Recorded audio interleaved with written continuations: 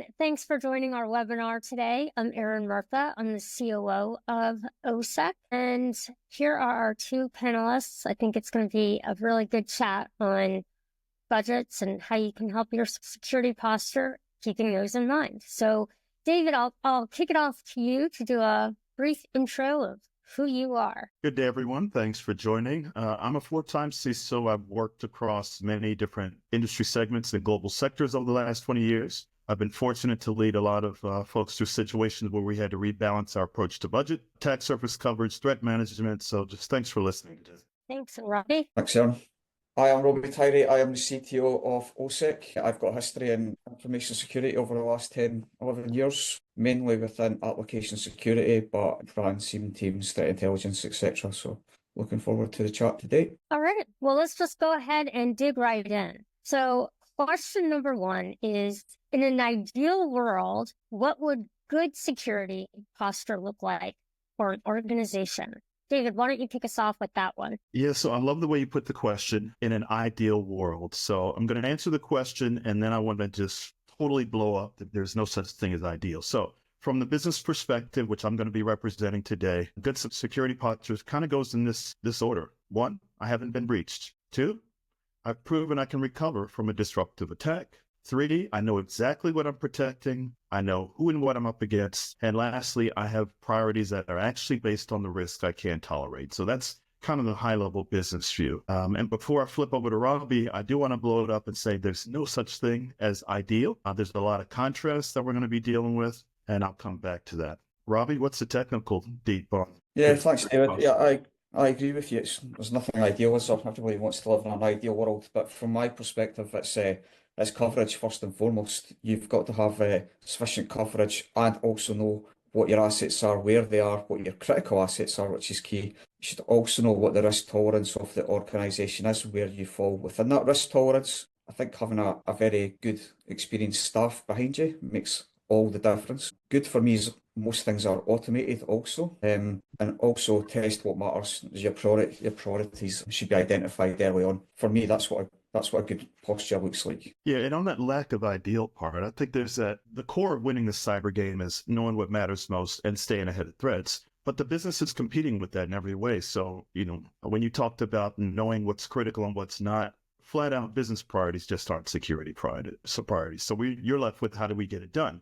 And the way we get it done is we have to use their language to tag our system so that we can talk to them about it. As an example, my priority is to not have downtime.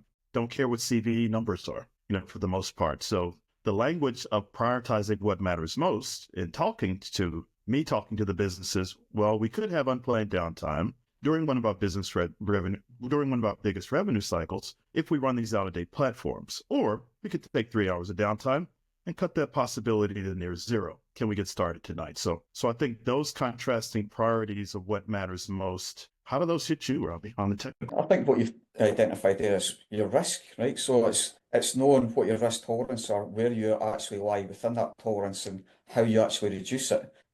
Everything's in this game's risk.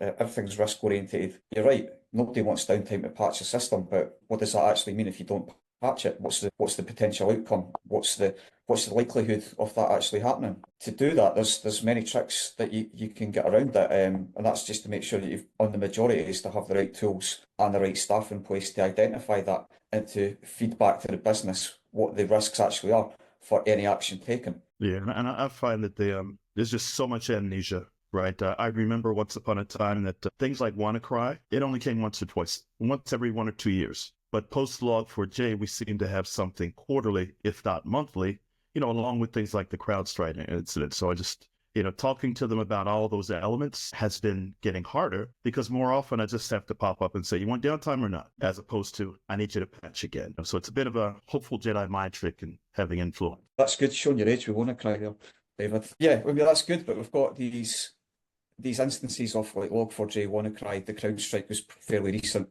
to use as evidence to say, look, if you don't take the downtime to do patching and whatever system updates, this is what potentially could happen. So you've got that now in your back pocket, that these were global events that everybody's well aware of. That's actually a good thing for moving forward, I feel, in our industry. Yeah. Yeah, so the continuous dialogue around what matters and staying ahead of the threats is it's really shifting a good bit. So I think these are conversations a lot of organizations are having, continue to have, but then you have to take into consideration budget constraints. So with facing budget constraints, what are the main challenges faced to ensure you still have robust security controls in place? Yeah, so on the budget realities, in my experience, I've all of my experiences, for some reason, maybe it's just state of the art at that time, every shop I walked into had more tools than team members available to talk to. So in that aspect, I'm like, it's not a budget problem, right? Because in one of my retail experiences where the company had little or no money approaching bankruptcy, there weren't near as many tools. But in the biggest experience, there were way more tools than there were teams. So I really wonder, do we have a budget constraint problem or just we like to shop, we like shiny new things. So really one of the smartest decisions out there is just don't buy so much junk. And that's been problematic. Now, today, when I talk to CISOs and look at what's happening, first time ever in career that multiple shops are saying, I have to reduce budget 5-10% per year for the next 2 to 3 years, no questions asked. And oh, by the way, other reality, we got mandatory price increases. Why?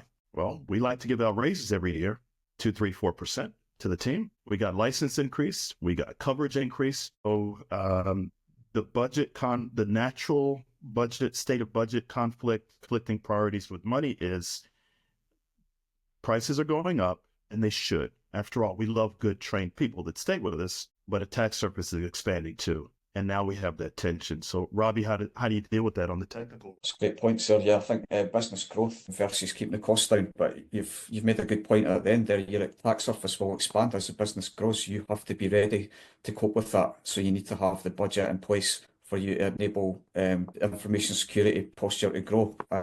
Good point. Cost of the tool and the licenses increase year on year, right? There's ways you can get around that multi-year deals for one where you should get a larger discount. There's far too many tools out there, right? I mean, I think we need to move away from that and start going down the route where one tool does it all.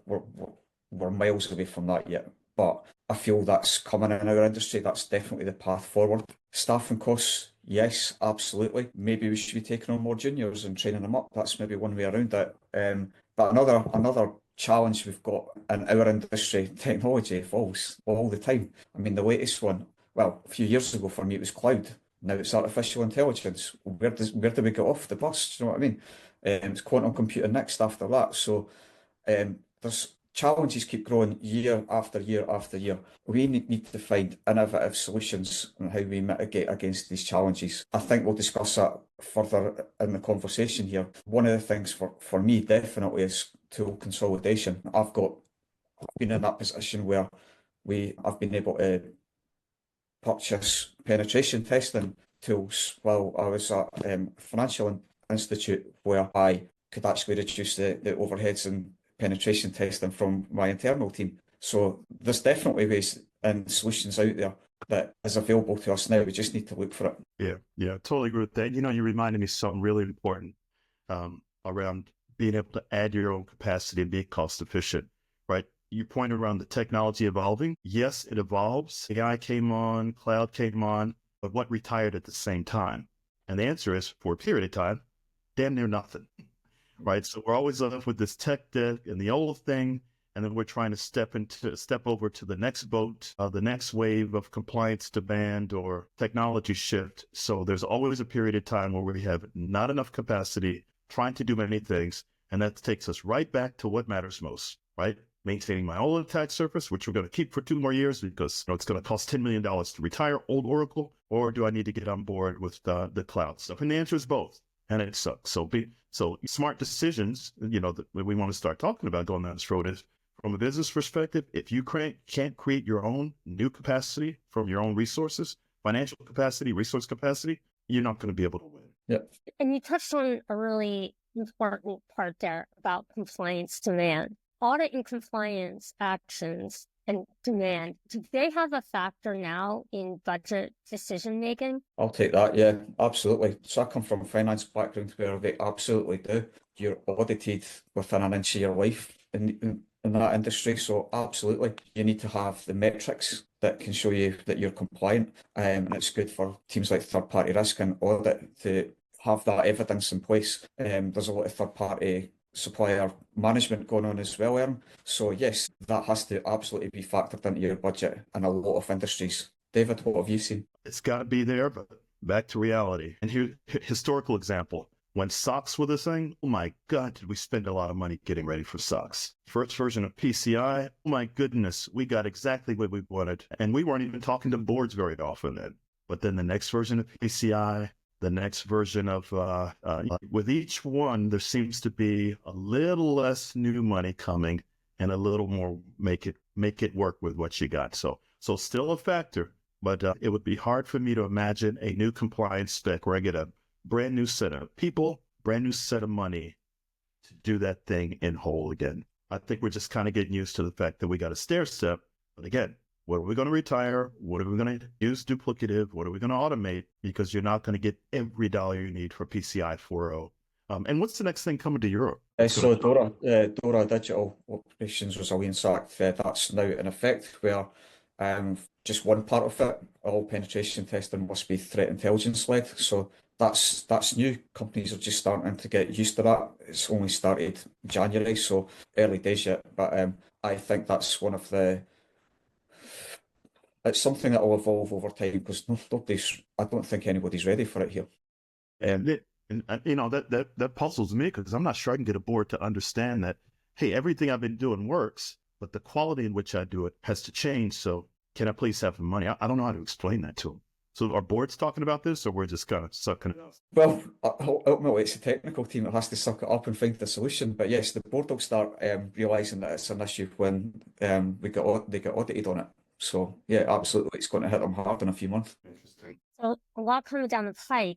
Today, though, are there any quick wins that an organization can put into place that has minimal costs to enhance their? Absolutely. Automation is key, right? The more you automate, the easier your life's going to be. I think that's in every state of life, right? Tool consolidation that I've touched on. If you can have one tool that does 2 or 3 functions, that penetration testing tool that I talked about, didn't need to do dynamic analysis was another thing. Got rid of the human pen testers. It was great. The use of open source tools, right? It's relatively cost effective. There is some challenges around that. Who actually owns it? Are they kept up to date? Are they secure? Another couple of things is you're patching up to date. You could also start partnerships with external companies to save money, but also work smarter in your own organisation by utilising other teams that can help you out with menial security tasks. I'm thinking mainly infrastructure here that can do the patching for you, right? So there's opportunities to work smarter straight away, Erin. But I think the key thing for me is automation and tool consolidation is where I would be going. Yeah, I really love your points on working smarter and across the organization, because this kind of reminds me of what I always used to call the Tom Sawyer Huckleberry Finn effect. How you're going to get everybody to really want to paint your fence, and within that there are quick wins. Because after all, we're just talking about shifting workloads. So old school way, hey, send everybody a massive spreadsheet of vulnerabilities that they got to read. That's called how to burden everybody and make them not want to do security. New school, automated platforms, things like Incenter. That anyone can use, and by anyone I mean any defender, whether the defender is a software developer or others. We can join them into that, and we're actually, I'll trade you a crappy vulnerability spreadsheet for here's the one thing that you need to do because I know for a fact it actually matters, and I've named your app to show you that if you do this, you're the hero, not the victim of the spreadsheet. Those create a ton of capacity, right? Because again, back to the painting the fence. Better to have 100 guys that want to help me than me trying to explain 100 reports to one guy, hoping like heck it gets patched. So yeah, a lot to be done with teaming, collaboration, portals easy to use, and just unburden our folks by giving them fewer, better tools. Yeah. So many different aspects. How do you measure the success of a security program overall? Well, let's try to call out a few metrics to talk about that, right? Because if you can't measure it, you can't sell it to either get more money or sell that you've made more progress. So, easiest metrics, I'm going to start with just what did this tool do to impact mean time to repair? right? This new automation, show me more without two of my guys having to analyze data in spreadsheets for another 12 hours, right? Because the 12 hours is lost time, the patching is change and risk reduction. So simple metrics like mean time to repair, mean time to detect, and any other cycle time changes, that's what we're looking for to measure success. Robbie, what else? Yeah, I'll be a bit more simple than that. No breaches, number one, right? As I said at the start, are you within your risk tolerance for the organization? Are you staying ahead of of threats? So making sure your intelligence is there as well. Client engagement, I know that's something we do here at Osec, is engage with our clients frequently, find out how we're performing. That's a good measurement of success as well. Are your clients happy with what you're doing? But yeah, I mean, ultimately, you've not been popped, right? And that's what everybody's looking for. Yeah. And I think on the team business side, not fun to measure, a little more difficult exercises. How much am I burdening the downstream guys? I mentioned the spreadsheet example. I'm going to keep beating on that because it's amazing how many companies are still being forced to ship a spreadsheet to another Defender worker in hopes that they will read it and be able to do something about it. I think if you actually measured out how much of my security guy's time is being spent on analyzing, managing my own tools versus passing workload down the line, there's something there about efficiency or inefficiency. Because again, we have to get it on ourselves. So if we can take a critical self-look at every week I spend 16 hours of senior engineer time playing with a spreadsheet doing data science, I got to replace that with automation. It's just not necessary anymore. So can you summarize how organizations can do things differently going forward? Well, let's go back and forth. So business-wise, you got to prioritize and talk business context. You always got to be helping folks relieve the burden of that InfoSec is putting on them by giving them easier ways to get the work done. You got to have your automation that gives a real-time continuous assessment. The thing I really liked about InCenter is that I got assurance, right? Not just a scan to say I completed a scan for compliance, not just well, here's a set of things that are, misconfigured or broken, but actually get a hard confirmation that I'm not going to get popped right there today. And that's really important for me. So just beginning with those three is you got to have those elements to flex in this business. Yeah, I think it goes back to the start as well, the question you asked there, Erin, but you need to know where your assets are, what your coverage is. Make sure you've got 100% coverage so that there's no gaps at all. Identifying your critical assets and putting the correct controls around that. I think also is quite key, but I don't think we touched on it enough here. It's having the right staff on board, that they've got the right skill sets to manage all the data. There's a ton of data, especially if you're using a SIEM. But yeah, if anybody's wanting a quick win and they don't have a huge budget, I'd look at open source tools. There's plenty available there, and I'd look at automation. So if you can come across tools which automates a lot of your functions, it's half the battle won. So Robbie, here's another thing. I mentioned earlier that I never walked into a shop that had enough team for the number of tools they have. I've also never walked into a shop that didn't have an excessive bill from collecting logs, be it a Splunk bill, be it a SIM bill. So reactively, what should we be doing about that thing that has always been here, like the spreadsheet? I bet your team never used half the data that was captured in these logs either. Just identify early what you should be capturing, what's key for the organization. Focus on that and build from there. You get your core controls in place early, and then you can just expand once you're happy with them. Utilize partners to help you with that.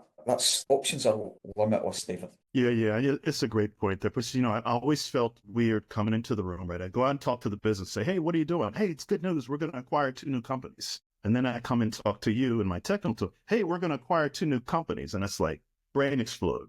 How are we going to pay for the attack surface? Who evaluates it? What has to be connected? So it always felt weird to have to continually come back and say, all right, we got a set of objectives for this year. And then every quarter I come in and I blow up the priorities because the business is shifting, changes happen. And of course, the favorite blow up is, revenue didn't go so well. So we're going to delay that second part of the project that we've been planning for a while.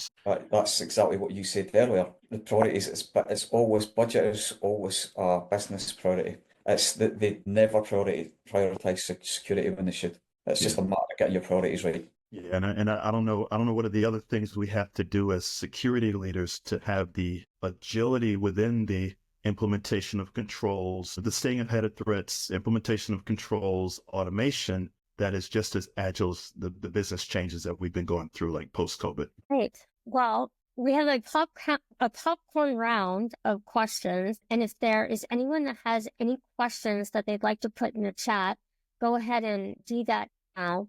But I'll go ahead with our first question, which is AI job creator or job destroyer? I don't want to answer that. It's a job creator at the moment, but it will become a job destroyer, I think. David? And I'll do the business thing again, which is put another slant on it. Job destroyer, yes, but defender helper, if we can get it figured out. Good answer. Pirates or ninjas? Pirates, because they say arg, and that's so cool. Ninjas are way cooler than pirates, Erin. Come on. All right. Last one, big one. Captain Kirk or Captain Picard? Captain Kirk, because he's actually been to space. Kirk, because he brought us this vision for the cell phone.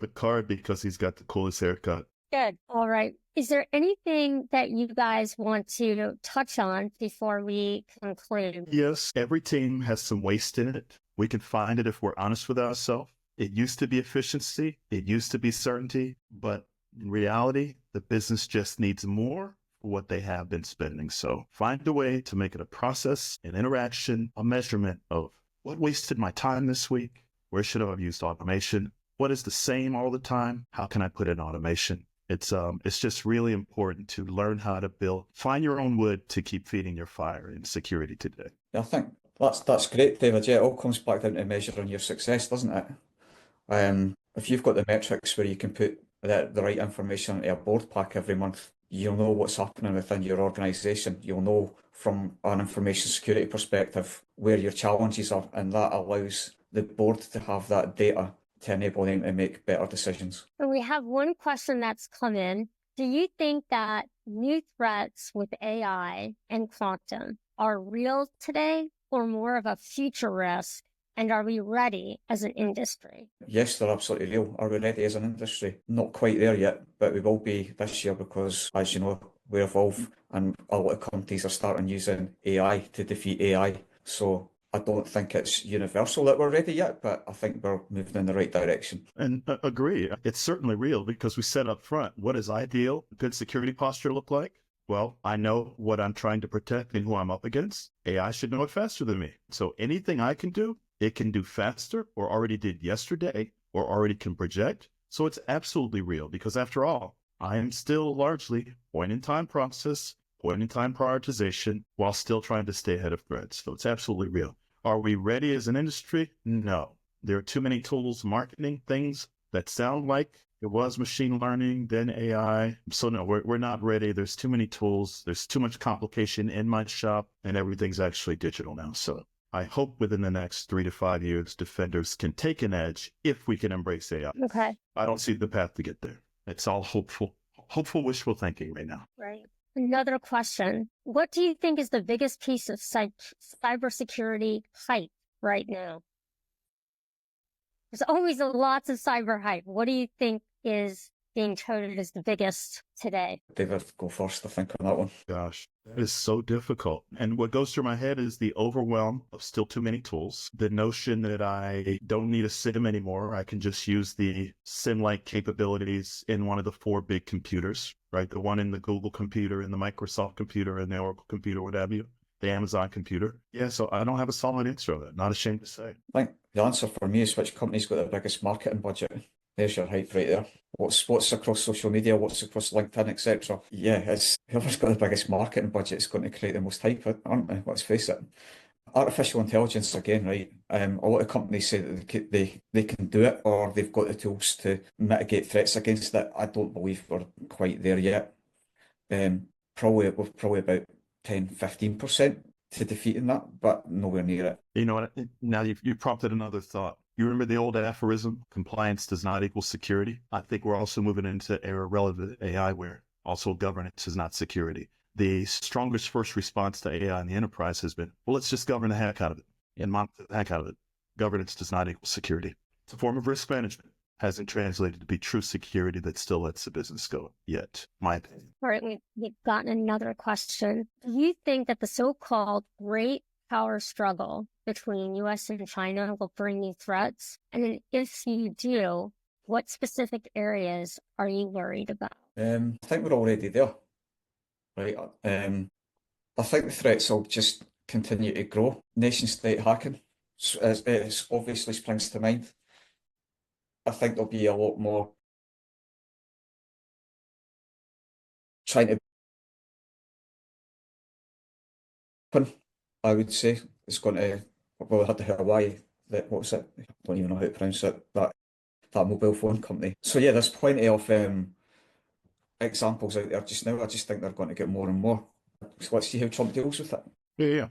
Yeah, absolutely. No change. I mean, the same, put on the hacker hat, same things they want, or the same things they wanted 40 years ago, or the same things they want today, with maybe an added effectiveness on influencing the way we think and feel about business and culture and intellectual property. So I'd say maybe the human threat goes up, because so many digital platforms and news are influence platforms. But absolutely, the tangible stuff and advantage that all hackers have been going after for 40 years, those haven't changed. We just now have people a bit more distracted, a bit more confused, and digital attacks are everywhere. So I think modern business and modern technology actually facilitate exposure.